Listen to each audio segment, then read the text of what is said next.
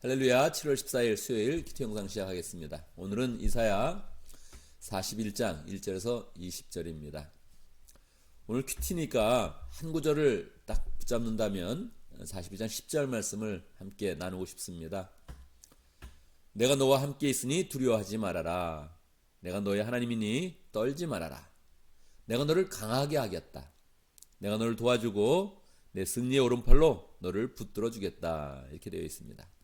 뉘앙스를 더 살리려면 원래는 두려워 말라. 내가 너와 함께 합니다. 이렇게 돼야 되죠. 이게 원래 본문에 맞는 그런 번역이죠. 두려워하지 말아라. 내가 너와 함께 하기 때문이다. 떨지 말아라. 놀라지 말아라. 내가 너의 하나님이 됨이니라. 이게 이제 원래 맞는 그런 그 번역이죠. 원문에 맞는 번역이죠.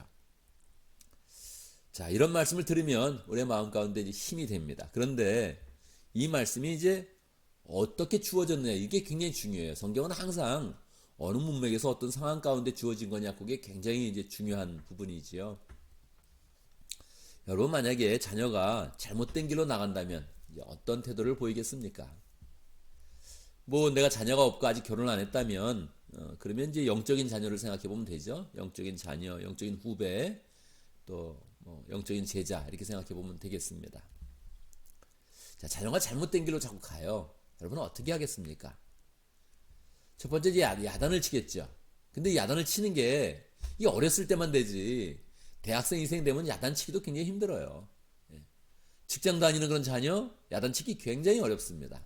야단 치기는커녕 자녀들이 엄마는 아빠는 뭐 하면서 이렇게 더 얘기하면 이거 굉장히 어려워집니다.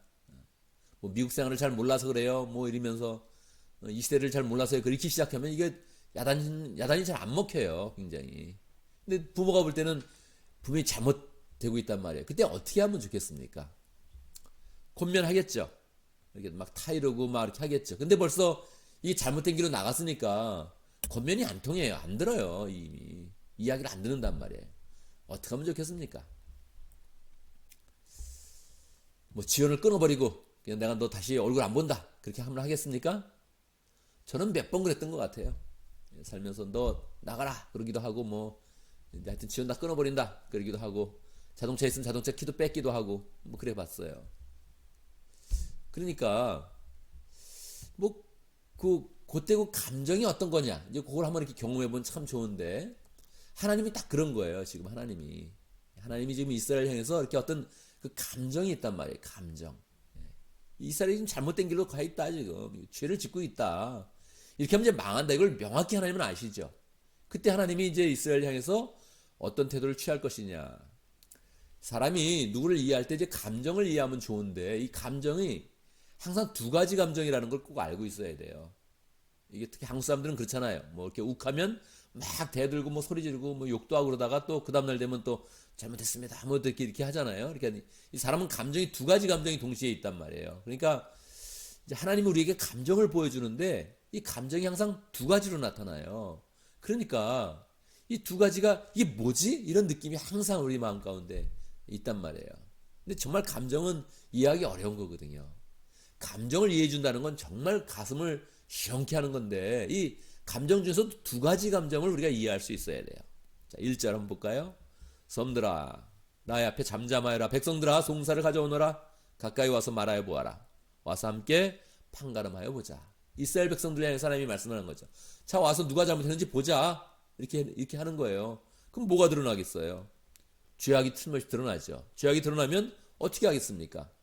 하나님 죄악은 못 견디세요. 이 죄악은 없애야 돼요, 하나님은. 그러니까 어떻게 하겠어요? 2절 누가 동방에서 한 정복자를 일으켰느냐. 이게 뭡니까? 동방이라는 것은 바벨론을 말하는 거예요. 그러면 동방에서 한 나라를 일으켜서 지금 이스라엘을 치겠다는 거예요. 죄악이 있으니까. 이거 하나님이 이게 지원을 끊어버리는 거거든요. 끊는 정도가 아니고 야단을 치는 거예요. 매를 드는 거거든요. 누가 그를 가는 곳마다 승리하게 하였느냐. 동방에서 나라를 일으켜서 승리하게 해가지고 결국 많은 사람을 막 정복하는 거예요. 근데 결국 이스라엘도 정복한단 말이에요. 누가 민족들을 그에게 굴복하게 하였느냐. 민족을 굴복하면서 막 달려와서 결국은 이스라엘을 무너뜨리는 거예요. 여러분, 우리는 나라가 이렇게 한번 망해봤잖아요. 이 일본한테 한번 망해봤고 또 전쟁도 해봤잖아요. 6.25. 우리가 직접 한 건 아니지만 우리 그 느낌이 있잖아요. 드라마를 보거나 영화를 볼 때 그 민족의 감정을 우리가 느낄 수 있잖아요. 그러니까 나라가 망한다는 거, 전쟁이 난다는 거, 이 피난을 간다는 거, 그게 얼마나 힘든 건지 우리는 알잖아요. 직접 경험하지 않았는데도 우리가 그걸 느낄 수 있잖아요. 그러니까 지금 하나님 말씀하신, 너네 잘못했다. 그 내가 좀 동방에서 나라 일으켜 너를 좀 친다. 근데 이 치는 나라가 잔인한 나라란 말이에요. 바벨론이란 말이에요. 그러니까 뭐 이제 뭐 막 그냥 난리 나는 거죠. 난리 나는 거죠. 그러니까 4절 보면 누가 역사의 흐름을 결정하였느냐? 태초부터 나 주가 거기 있었고 끝날에도 내가 거기 있을 것이다. 하나님이 바벨론을 일으킨 그 자체가 내가 한 거다, 그렇게 얘기하는 거란 말이에요. 사실 그 역사 속에 있으면 이게 하나님이 했다고 생각을 못 하거든요. 그냥 이웃나라가 강성해지더니 쳐들어왔네 이렇게 생각을 하지, 누가 하나님이 했다고 생각하겠어요? 지금 갑자기 미국이 패권을 잡고 중국이 갑자기 떠오르고 이게 다 하나님이 하시는 일이에요? 그렇게 생각하기 힘들단 말이에요. 그냥 사람들은 그냥 정치 얘기하고 그냥 세계 흐름을 얘기하지, 누가 다 하나님이 하시는 거라고 생각을 하겠어요. 근데 문제는 그 세계의 흐름과 역사의 흐름이 뭐 다 공의롭지도 않고 다 뭐 그게 딱딱 정의롭게 이렇게 맞아가는 것도 아니란 말이에요. 그러니까 하나님이 하는 거라고 생각하기 굉장히 힘들죠. 바벨론이 갑자기 커져가지고 이스라엘 치는 거, 이게 정의로운 거예요? 그럴 수는 없잖아요. 일본이 갑자기 한국을 침략하는 거, 이게 정의로운 거예요? 그럴 수는 없잖아요. 그러니까 하나님이 하셨다 이렇게 하기가 힘들다고요. 근데 하나님은 떳떳하게 말씀하시는 거예요. 이거 다 내가 하는 거다. 내가 창조했고 내가 움직이는 거다, 이거 다. 그렇게 정확히 말씀거린단 말이에요. 말씀하신단 말이에요. 그리고 나서 8절에서 분위기를 바꿔가지고 분명히 이게 하나님의 심판이고 야단치는 거고 그냥 그들을 완전히 죄악을 그냥 없애겠다고 하나님이 막 지금 이렇게 뭘 하시는 건데, 8절부터 분위기를 바꿔가지고 이렇게 말씀하시는 거예요. 내가 선택한 야곱아 나의 친구 아브라함 자손아, 이 뭡니까 이게 지금. 그리고 이제 말씀하시는 9절에 보면 내가 너를 선택하였고 버리지 않았다고 하였다.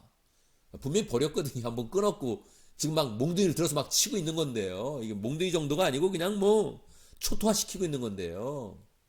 사람들이 포로로 잡혀가고 여자들은 겁탈을 당하고 막 사람들은 죽고 창에 찔리고 막 이런 상황이란 말이에요. 이런데 하나님께서 내가 버리지 않았다, 그렇게 하는 거예요. 그리고 나서 10절이 나온 거예요. 그리고 나서 두려워 말라 내가 너와 함께 함이니라. 뭐 지금 이스라엘은 지금 망했어요. 지금 바벨론이 쳐들어왔다고요. 지금 쳐들어온다고요, 확실하게. 떨지 말아라 나는 너의 하나님이 됨이니라. 떠는 일이 떨죠. 지금도 갑자기 뭐 중국이 쳐들어온다면, 북한이 쳐들어온다면, 뭐 러시아와 연합해가지고 막 쳐들어온다면, 일본이 다시 침략을 한다면 이게 얼마나 두렵겠어요. 근데 그런 일이 실제로 일어날 거라는 거예요. 누가? 하나님이 일으켜서 그 일이 일어난다는 거예요. 그런데도 하나님은 말씀하는 거예요. 내가 너를 강하게 하겠다. 내가 너를 도와주고 내 승리의 오른팔로 너를 붙들어 주겠다. 이렇게 말씀하는 거예요. 그런 일은 일어날 것인데 그럼에도 불구하고 나는 너를 지킬 것이다. 그렇게 얘기를 하는 거예요. 이게 양쪽의 감정이거든요. 하나님이 늘 이렇게 보면, 말씀 가운데 보면 이 두 개의 그런 감정이 항상 같이 나요. 특히 이 선지서는 심판과 구원은 계속 같이 나요. 이게 뭐 제가 말씀드렸죠. 조울증 환자 같다고. 좋다 나쁜 게 이게 반복적으로 계속 나타난단 말이에요. 근데 하나님이 이 감정을 우리가 알아주기를 원해요. 하나님의 그런 사랑과 하나님의 긍휼과, 그러나 하나님의 이 분노, 죄악을 향한 이 분노를 우리가 알기를 원한단 말이에요. 그래서 41장 11절에 보면 너에게 화를 낸 모든 자들이 수출당하며 당황할 것이다. 이게 뭡니까 이게? 이 역사적 상황을 보면 하나님한테 혼나는 거예요. 지금 하나님한테 혼나서 지금 이스라엘이 막 어려움을 당하는데 이 분위기를 딱 바꾸더니 내가 사랑으로 너를 딱 지켜줄 거고, 그리고 나서 너에게 화를 낸 모든 사람들은 수출당할 것이다. 이게 결국 바벨론이 망해요. 결국은 이스라엘 쳐들어온 바벨론은 망하게 돼 있어요. 너와 다투는 자들이 아무것도 아닌 자들처럼 되어서 멸망할 것이다. 바벨론이 대단한 것 같지만 그는 망하고, 페르시아가 일어나지만 페르시아도 망하고, 계속 이스라엘 대적하면 다 망한다는 거예요. 내가 아무리 찾아봐도 너에게 대적하는 자들 만나지 못할 것이다. 너를 대적하는 자체를 너희가 만나지 못할 거다. 13절 내가 너의 오른손을 붙잡고 있다. 이렇게 하나님이 이제 지켜주시는 것을 계속 이렇게 말하는 거죠. 그렇지만 이게 뭐 이스라엘이 되게 좋냐? 그렇지는 않다는 거예요. 14절 너 지렁이 같은 야곱아 벌레 같은 이스라엘아. 이 이스라엘 상황은 어떠냐? 계속 죄악이 있어요. 죄악이 있어서 심판받아 마땅해요. 그래서 지렁이가 그 벌레 같은 거예요. 그런데도 불구하고 다시 두려워하지 말아라. 주님이 말씀하시기를 내가 너를 돕겠다. 그러니까 하나님의 은혜는 우리 가운데 늘 죄인일 때 오는 거예요. 우리가 뭐 잘해서 뭐 의인이 된 게 아니에요. 예. 제가 뭐 잘했기 때문에 목사가 된 게 아니에요. 하나님의 은혜가 필요한 거고 긍휼이 필요한 거고 이 불쌍하니까 이렇게 해준 거지. 우리가 다 목자 되고 목녀 되는 게 너무 대단해서 뭐 목자가 되고 목녀가 되는 게 아니란 말이에요. 우리가 더 하나님의 은혜가 필요하고 하나님의 긍휼이 필요하니까 그러니까 그냥 하나님의 은혜를 주시고 먼저 은혜를 주셔서 우리를 변화시켜 주시고 그 가운데 또 하나님의 은혜의 사역에 참여할 수 있도록 그렇게 인도해 주는 거란 말이에요. 그래서 15절 이하에 보면 내가 너를 날이 날카로운 새 타작기로 만들 터이니 이제 이스라엘이 심판자가 된 거예요. 갑자기.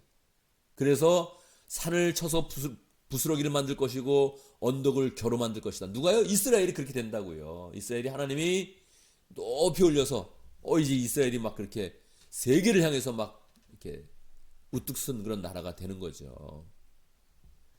이스라엘 사람들은 이제 이런 걸 붙잡고 있는 거예요. 지금도 이런 것만 붙잡고 있는 거죠. 지렁이 같은 그런 야고바 이런 걸 붙잡아야 되는데 벌레 같은 이스라엘 이거 붙잡아야 되는데 이런 건 싹 피해가고 이제 하나님이 이렇게 해주겠다 막 이런 걸 이제 붙잡고 있는 거죠. 그래서 이제 하나님이 계속 이스라엘에게 주는 건 축복과 이스라엘을 이렇게 사용하겠다는 내용이 17절, 18절, 19절 계속 나오는 거죠. 그리고 나서 20절에 보면 사람들이 이것을 보고 하나님이 이스라엘을 이렇게 변화시키는 것을 보고 주님께서 이 일을 몸소 행하셨다는 것을 알게 될 것이다. 그리고 이스라엘의 거룩하신 하나님께서 이것을 창조하셨다는 것을 깨닫게 할 것이다. 그러니까 결국 하나님이 우리를 축복하실 때 우리를 축복하시면서 이제 하나님이 하나님 되심을 이 세상 가운데 나타낸다는 거예요. 이 존재들이 다 지렁이 같고 벌레 같은데 하나님이 긍휼을 베풀어서 완전하게 세계를 뭐 장악하고 막 주관하고 다스리고 말이에요. 심판하고 막 이런 존재가 되어서 이렇게 막 행할 때 하나님께서 자 봐라 내가 이렇게 지켜주는 사람들 내가 사랑하는 사람들은 이렇게 강대하고 이렇게 능력이 있다 이렇게 이제 알려주게 된다는 거예요. 그렇게 나타나게 된다는 결국 하나님이 우리를 통해서 영광을 받으신다 이제 그런 말씀이죠. 이렇게 41장 이제 1절에서 20절의 말씀은 이사야 전체를 그냥 관통하는 거예요. 계속 이런 분위기가 뭐 사실 계속 반복되는 겁니다. 근데 이게 이제 뭐냐면 감정이거든요. 감정. 여러분이 감정을 얘기할 때는 감정으로 받아야 돼요. 그렇지 않아요? 누가 사랑스럽게 얘기를 하려고 그러면 그 사랑을 받아야 이게 되지. 사랑스럽게 다가오는데 왜 이래? 이렇게 하면 뭐 분위기가 깨지는 거 아닙니까? 그러니까 이사야는 하나님의 마음을 보여주는 거예요. 하나님의 감정을 보여주는 거란 말이에요. 그래서 이 성경을 볼 때 이 사실, 사건, 팩트 이렇게 막 나가는 게 아니라 이게 우리가 하나님의 마음을 안다, 감정을 알아간다 이렇게 하면 이 영적 수준이 굉장히 이제 높아지는 겁니다. 그래서 그 감정을 이해하면서 우리도 이제 목회를 하면서 목장을 또 섬기면서 우리들에게 많은 그런 감정이 있는데 원래 하나님이 이런 감정이 있으셨지 하면서 또 우리가 목원을 바라보고 또 사람들을 세우면서 또 그렇게 나아가게 되는 것이죠. 그래서 늘 우리는 이렇게 말씀을 보면 우리를 스스로 높이면 안 되죠. 하나님이 우리를 보호해 주시고 지켜주시고 두려워 말라 해도 사실 우리의 그런 상황은 이미 이거 죄 가운데 있었구나. 이 죄를 구원하신 거구나. 이렇게 깊이 깨달으면서 하나님의 은혜가 있어야 우리가 또 하나님의 은혜를 입은 사람으로서 이 세상을 바라보고 또 목장을 바라보고 이렇게 할 때 이게 뭐 답답한 일이 있고 화나는 일이 있고 억울한 일이 이렇게 생겨도 우리가 다시 그것을 이겨내면서 하나님이 이런 마음으로 나를 구원하셨는데 내가 하나님의 그런 그 마음으로 사람들을 바라보고 또 하나님의 그런 구원의 사역에 동참하겠습니다. 이렇게 마음을 먹어야겠습니다. 자, 오늘 또 말씀 가운데 기도 제목을 붙잡습니다. 우리 하나님을 믿고 구원의 은혜 가운데서 두려워하지 않고 하나님을 또 온전히 찬양하고 영광 돌리는 그런 삶을 살아갈 수 있도록 우리는 항상 두려워하지 않지만 그게 뭐 우리가 잘나서도 아니요 우리가 잘해서도 아니요 우리가 공의로워서도 아니요 하나님의 긍휼이 우리를 덮고 있기 때문에 그러합니다. 우리가 늘 하나님의 은혜 가운데서 두려움 없이 놀라는 일 없이 잘 하나님 앞에 살아가면서 하나님께 영광 돌리는 삶을 살아갈 수 있도록 기도합니다. 오늘도 목장을 위해서 기도하는데 오늘 동아시아 목장을 위해서 기도하겠습니다. 홍성준 목자님, 김수진 목녀님, 모원들과 신웅섭 선교사님 위해서 함께 기도하겠습니다. 오늘 교회를 위해서 기도하는데 오늘 우리 예배와 또 말씀을 위해서 함께 기도하겠습니다.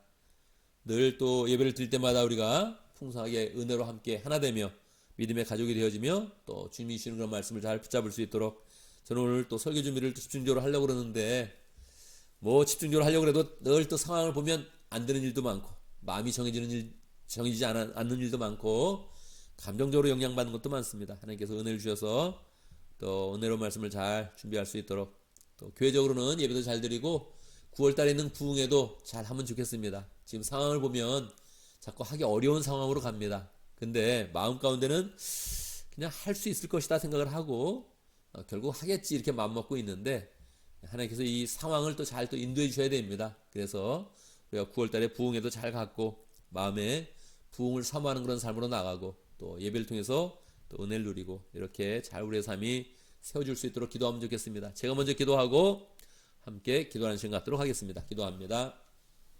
하나님 감사합니다. 하나님께서 친히 말씀하셨듯이 우리는 벌레와 같고 지렁이와 같습니다. 그럼에도 불구하고 하나님께서 은혜를 베풀어 주시고 두려워하지 않게 놀라지 않게 붙들어 주시고 주님의 오른손으로 우리를 붙들어 주시고 우리를 통하여서 세상 가운데 하나님의 영광을 나타내시며 하나님의 능력을 나타내시며 하나님의 큰 그런 은혜를 나타내 주심을 감사합니다. 늘 하나님의 은혜를 입은 자로서 하나님 우리 스스로 교만해지는 것이 아니라 죄를 용서하시는 하나님의 국률 가운데서 구원을 입은 그 기쁨을 잘 누리는 그런 가운데 하나님께 온전히 감사하고 하나님께 영광 돌리고 또 그 사랑을 세상 가운데 잘 펼치는 복된 삶을 살 수 있도록 인도하여 주옵소서. 우리가 목장을 허락하신 거 감사합니다. 주님의 마음을 잘 이해하면서 주님의 감정도 이해하면서 목장 목회를 잘할 수 있도록 주님께서 역사하여 주옵소서. 동아시아 목장의 홍성준 목자님, 김수진 목녀님 축복해 주시고 주님을 섬기는 그런 그 마음으로 모험을 섬길 때마다 하나님 아버지 목장에 큰 은혜가 임하고 사랑이 풍성하도록 역사하여 주옵소서. 모험들을 축복해 주시고 또 신흥석 선교사님 주님께서 함께해 주시고 동아시아 지역에서 열정으로 사역할 때마다 하나님 아버지 주님께서 필요한 모든 것들을 공급하시고 역사하여 주옵소서. 하나님 아버지 교회를 위해서 기도합니다. 우리가 예배로 모일 때마다 정말 지렁이와 같은 그런 존재가 벌레와 같은 그런 존재가 하나님의 은혜 가운데 변화된 것을 늘 깨닫게 하시고 그 은혜 가운데서 온전히 하나님께 찬양드리며 우리의 그런 삶을 통해서 또 하나님께 영광을 돌릴 수 있도록 역사해 주옵소서. 말씀의 은혜를 늘 풍성하게 부어주시고 새롭게 깨닫게 하시고 하나님의 그런 그 말씀을 듣는 그런 믿음의 공동체 될 수 있도록 역사해 주옵소서. 말씀을 준비하는 저도 불쌍히 여겨주시고 은혜를 부어주시고 주님의 말씀을 잘 준비할 수 있도록 영광 가운데 준비할 수 있도록 역사하여 주옵소서. 하나님 우리 교회가 또 부흥회를 갖기를 원하는데 이 모든 그런 과정 가운데서 우리의 심령이 부흥되게 하시고 잘 준비되게 하시고 정말로 또 부흥회를 통해서 우리의 그런 영혼이 또 새롭게 되어서 새 힘을 얻고 주의 사역을 잘 감당하는 복된 공동체 될 수 있도록 역사해 주옵소서. 오늘 하루의 모든 일정을 주님께 주관하여 주시고 안전하게 하시고 사고 없게 하시고 재앙 가운데도 늘 보호해 주시고 필요 없는 일은 하지 않게 해주시고 우리의 마음 가운데는 늘 선한 소망과 또 하나님의 그런 사랑만이 늘 풍성하도록 역사하여 주옵소서. 예수님의 이름으로 기도드리옵나이다. 아멘.